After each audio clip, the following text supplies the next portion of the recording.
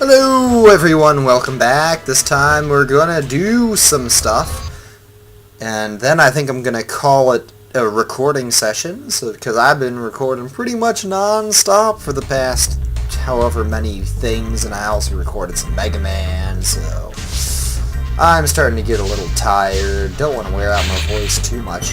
My beautiful voice. Don't want to wear it out.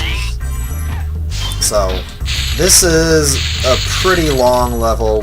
As you can see, we're starting to see a lot more large gems.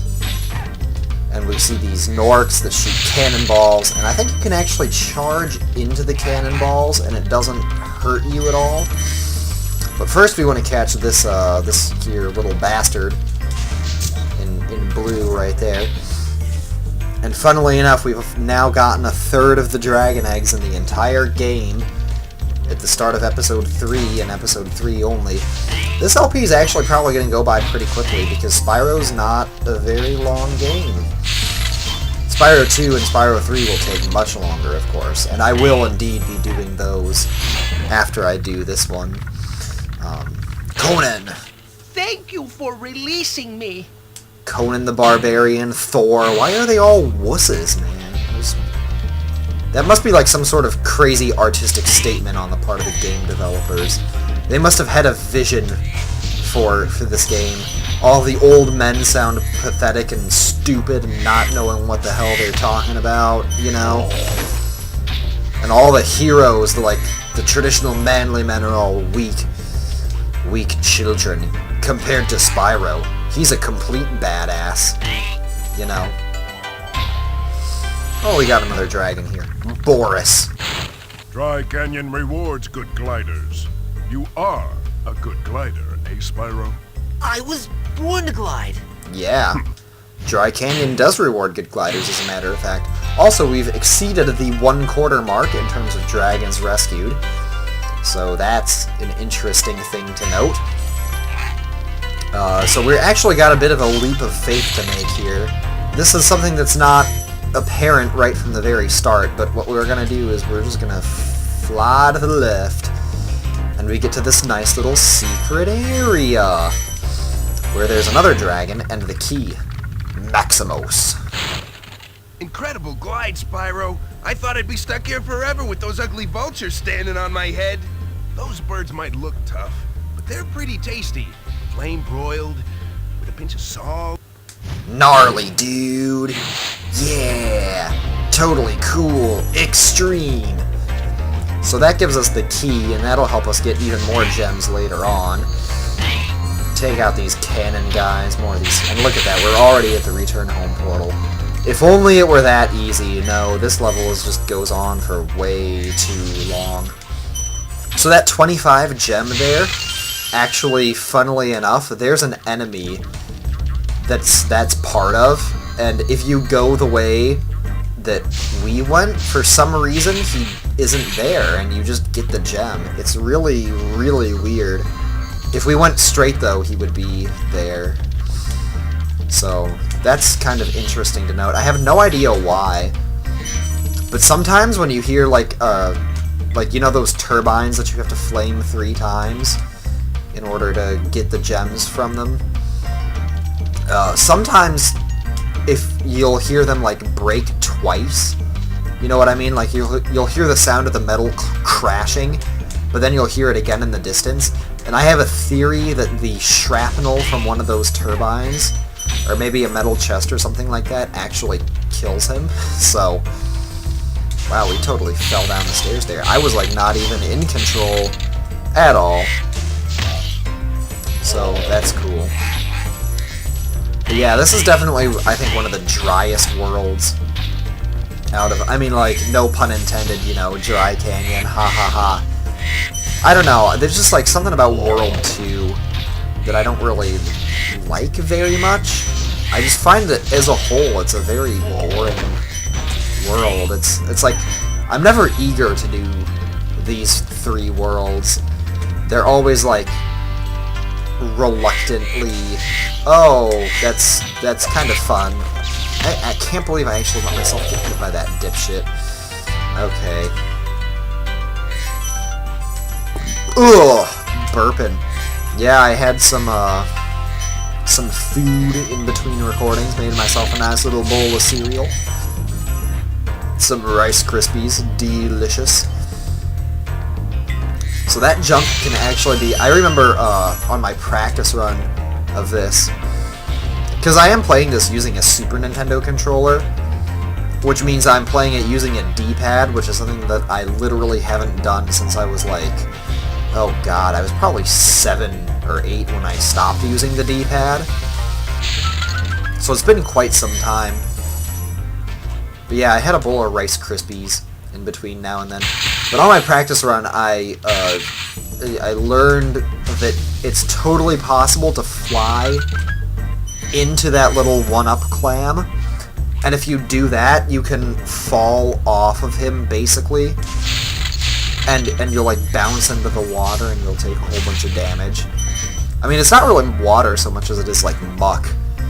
Like, it's totally shitty. And I think this should do it. If I did everything correctly, this should be where all the gems are. I don't know. Oh, I'm missing 5 gems. And a dragon? Oh, I'm a dumbass. I am an idiot. I never actually went in here. And sure enough, Haas, here's our last 5 gems. And our last dragon, Ivor. Is that you, Spyro? Ivor. Are you the young dragon I've been hearing so much about? Ever since you're a wee puff of smoke, we've known, You've known? I forget. It looked like he was scratching his nose with his wing at the start of that cutscene. So, yeah, we're done. So let's just get out of here. Get out of here and head on to the next one. So Cliff Town, which is like somehow even more tedious. Like Dry Canyon, I don't think I really have problems with so much as it just is. I think it's completely forgettable as a level. Cliff Town, like, actually kind of annoys me in its design. Like, on one hand, I kind of like it, but on the other hand, I don't. Like, I think the actual town part of it is kind of cool. But having to go through it, and having to go through the big cliff in particular, is just kind of a pain in the ass. I think, at least. Now, there's also a lot of gems that are easy to miss. First of all, you have to flame all of these pots, because there's a gem in every single one of them, for starters. And then there's a lot of gems that are like this chest back here that's pretty easy to miss, and there's also couple gems back here that are really easy to miss. So there are a lot of gems here that are really easy to miss. And there's a lot of, like, hard parts to find. I mean, I think that this was the last Spyro game that I played, but I also think it was the one that took me the longest to get 100%. Like, relative to the amount of stuff that there actually is to do in the game. If you know what I mean. Like, obviously Spyro 3 took me more time because there's just so much stuff that you have to do in that game to get 100%. But the actual, like, world exploration is so much harder here. How's a dragon supposed to flame metal armor anyway? He doesn't! Shut the fuck up, Spyro. We already have been through this. Idiot. Gosh. Alright. So now, this is a little, like, annoying, but you can do it, and you can light this rocket here by jumping. Yeah, okay, we did it. But yeah, that saves you having to glide down an extra time. Well, I'm missing enemies left and right. Holy moly. Boy, you better improve your accuracy. I don't know what I'm gonna do. I think there's something over here. One up. That's the other thing that I mentioned that's completely different from the first Spyro. The one-up system. Because, you know, in Spyro 2 and Spyro 3, when the enemies release butterflies... Oh man, there's gems down there that I missed. Yeah, when the enemies release butterflies, every 10th one will be a special butterfly that restores sparks to full health. And you'll also get an extra life out of it. But in this game, you get these little orbs for defeating enemies that you've already defeated. and if you collect enough of them, you get an extra life. So it's totally different. I mean, I guess the idea here is that you know, you go through the worlds, especially the hub worlds enough, and you're gonna start picking up lives just as you navigate. Let's not forget to flame the pot now. Yeah, light it up, you know what I mean? Some of my friends could definitely relate to that. So yeah, that rocket that we lit destroyed that particular case of gems. There are some cases that you can't destroy by either flaming or charging, and they don't have keys to unlock them either. So for those, what you have to do is you have to like find a rocket, or you'll need some kind of power-up, like a super flame power-up or a super charge power-up to destroy them. So that's just a real pain. I didn't get the dragon! Oh my god. You are an idiot. You are a complete Dumas. You are Mr. Dumas. But that's okay, because we're going to come back there anyway, so... whatever. It's not like we have any major sequence of... Sir? Are you just going to completely ignore me? You just flew right past me, man. You didn't even give me a chance, son. What's with these birds and their strange AI patterns? I've noticed that the vultures in this game tend to have like really strange AI when it comes to attacking you, and like flying in extremely roundabout patterns. Alright, so we're almost done with this level, thankfully. But this dragon is actually really important to talk. Well, there's another Marco. What the hell? You've reached the highest point in Clifftown. You can get to almost anywhere from here. I didn't even notice that. If I were you, I'd use that whirlwind. There. So, freeing this dragon in particular activates a whirlwind. And with this whirlwind, you can get back up to this gliding point easily. So that's nice. That's a nice little thing that we need. So what I'm worried about right now is that because we didn't free the dragon at the top, we don't have a whirlwind to get back up. That's a little concerning. It looks like we don't. So maybe it did really, really suck that I didn't talk to that dragon. Oh well. Then Spyro just booped. Not nearly as entertaining as it is in Link to the Past, where Link jumps back like 4 body lengths of himself, you know? That's always fun. Some really neat shortcuts you can do with that, too, if you didn't already know them.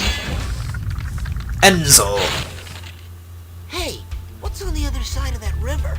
Glide there and find out. You've already been there, you dumb shit. Okay. So there's a couple glides we can make now. Attempt to make. And see, normally, like, if you have the whirlwind, you don't have to make that glide a second time, but we missed it. Now, if you've got really sharp eyes, like really ridiculously sharp, you might be able to see gems glimmering off towards the start of the level. And that's because there are actually gems that we can get over there, not just the ones that are down there. But you can also glide and come around back here. And this took me the longest time to figure out, I tell you. And you have to keep in mind that this was back in the days before you had, like, game facts and everything like that to answer all of your questions. 96. We're missing 2 gems. Okay. Let's use our head and think now. This is the first real problem we've encountered. Oh my god, I'm completely at a loss for where they could be. They might be up there on the cliff somewhere. The nice thing about Spyro 2, and even Spyro 3, is that you have, if you hold down the shoulder buttons, you can actually have Sparks tell you where the gems are. You get it right from the start in Spyro 2, and then you get it as a special Sparks power-up in Spyro 3. I think you have to beat the second Sparks world to get that one. It's been a while. I haven't actually practiced Spyro 3 yet. But as of my recording of this, and this in particular, I have recorded... Well, I haven't recorded. No, I haven't recorded. I've only recorded this. But I have beaten Spyro the Dragon, this game, and Spyro 2, 100%. So, that's cool. I don't know if I'm going to practice Spyro 3 before I record it. Anyway, we're getting to... This is my least favorite level in the entire game. It might be my least favorite level in the entire series. I am honestly not too sure. Like, right now, every time I think of Spyro 1, I think of this level, and I think of how much I hate having to play this level. And I honestly can't tell you what it is about it that I hate so much, but I just do. Ulrich. A word of caution, little one. Wait until you grow big, like me, before charging those large enemies. We already knew that. Yeah, I can't tell you what it is exactly. Anyway, we have 27 dragons rescued, and that's pretty incredible. 27 is actually one of my favorite numbers. 37 is also actually one of my favorite numbers. But 27 in particular, as a mathematician, I really like it because it's 3 cubed, which is, you know, aesthetically nice looking. 9 is also one of my favorite numbers, or it's my favorite number of the, like, you know, 1-digit numbers. So, 3 9s is, like, just really... There's something about it, I don't know. It just feels nice. I don't know if you can even say that a number has a feel to it. You know, it's just kind of hard to explain, but I really like the number 27. Not because of, like, 27 dresses or anything like that. So here's the thing. I like to do things this way, by gliding down to collect the key and then going through the cave that you're supposed to go through backwards. And I don't know if that's the reason that I hate this level so much. I honestly don't think it is. I think that it's just like the aesthetic gets on my nerves. Thank you for releasing me. Yeah. And still, I can't even tell you why it does, or why it is. But I just don't like it here. Of course, it occurs early enough on in the game that, like, out of any place to have the least favorite level, I think the second world is the best place to have it. Because, like, you know, when you're first starting the game, when you're in the first world, you're like, oh, I get to enjoy all of the easy stuff. I get to enjoy, you know, the beginning of the game, the real nostalgia behind starting over for the first time. And if you're in the second world, you sort of get that feeling of like, oh, well, hey, at least I can look forward to the rest of the game after this really crappy part that happens. And that's kind of how I feel about this game. Because there's some really awesome stuff in, like, basically every world after this one, so that's nice. Total! Psst. Spyro! Some big Norks up ahead are wearing armor. And in the ice cave, armor can make their feet very slippery. So that's your hint to charge the enemies until they fall into a pit, like we just did. This is also kind of annoying in terms of gem collection, you know. It's just like one of those minor things, but you gotta line yourself up and then charge the pole to knock the gems down. And that's just really more of a pain in the butt than anything. Man, that's a lot of dead silence in the music there, actually. I never really noticed that before. So yeah, run into not the chest, but get hit by the chest somehow. Anyway, we can fly on over again. Complete the circle. And this time, however, we actually get to progress. I always, like, misestimate the amount of gems that are in here. Because I used to always think that there were 500 gems, but for some reason, I can't remember why, but there's only 400 gems in this particular level. I think it's just because there are 5 dragons, and this is the first world with 5 dragons to rescue. So that's like, oh, 5, and I thought that it was a 5 and 500 level. There actually is one later on, like not until the very end of the game, but it's one of the longest levels in the game. It's called Dark Passage. It's in the Dreamweaver's world. We won't be seeing it for quite some time. Although at the rate this LP is actually going, you know. Hey, you Mr. Skier, don't even get on me. It's so funny, the guy who does the lectures for my online biology with exercise class is apparently a huge cross-country skier. That's like the sport that he does. So he mentions it whenever he can, basically. So we were looking at like a graph of like aerobic fitness in different athletes to kind of like get the point across that people who do a lot of anaerobic exercise for their sport, you know, like powerlifters and stuff like that, they don't have the same degree of aerobic fitness that, you know, runners and particularly distance runners and swimmers and stuff have.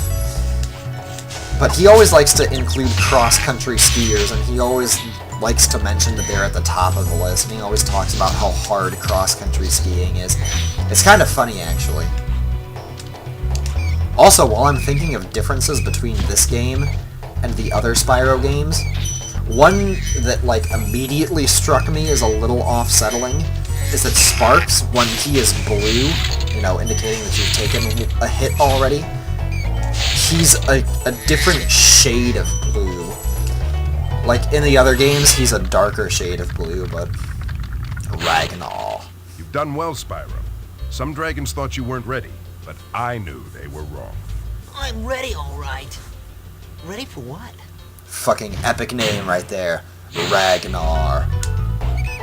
Who needs Trogdor when you've got Ragnar? So we are just about done with this level, and that's like super cool. And you know, it's not like it's hard or anything like that. And I guess that's the real saving grace about this entire... Anytime I have to do a level in a Spyro world that I don't particularly like, there are very few occasions where it's like, oh, I don't like doing this because it's hard and I'm worried about it. It's just like, yeah, this is just kind of a pain to have to do, and it takes effort to get done. Anyway, this is the last dragon, Asher. Thank you for releasing me. Another old man. Asher and Astor were both old men, which is funny. We can hop in the return home portal since, you know, we're right there. And, well, in the next episode, we are going to go fight Dr. Shemp. Yep, look at that. 30% of the way through the game already. At this rate, we'll be done in 10 parts, but I don't know if that's going to keep up. So yeah, so the next episode we take on Dr. Shemp, and then we go on to the Magic Crafters world. See ya. Ouch.